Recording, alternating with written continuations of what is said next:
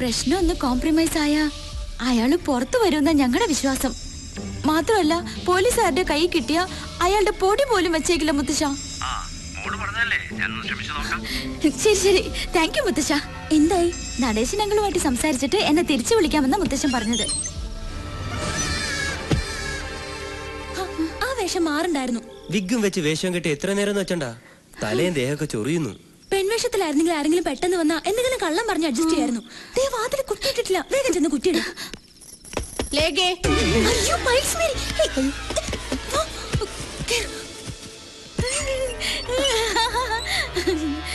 എന്താ രണ്ടുപേരുടെ മുഖത്തൊരു പരിഭ്രമം? അങ്ങനെയൊന്നുമില്ല മാഡം, ഞങ്ങള് രണ്ടുപേരും സീരിയസ് ആയിട്ട് ഒരു മാറ്റർ സംസാരിക്കായിരുന്നു.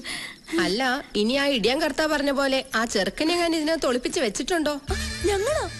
മാഡത്തിന് ഞങ്ങളെ വിശ്വാസമല്ലേ? വിശ്വാസമില്ല എന്നിട്ടല്ല, ഇപ്പോഴത്തെ പെൺപിള്ളേരുടെ കാര്യല്ലേ. അപ്പൊ മാഡത്തിന് ഞങ്ങളെ സംശയമുണ്ട്.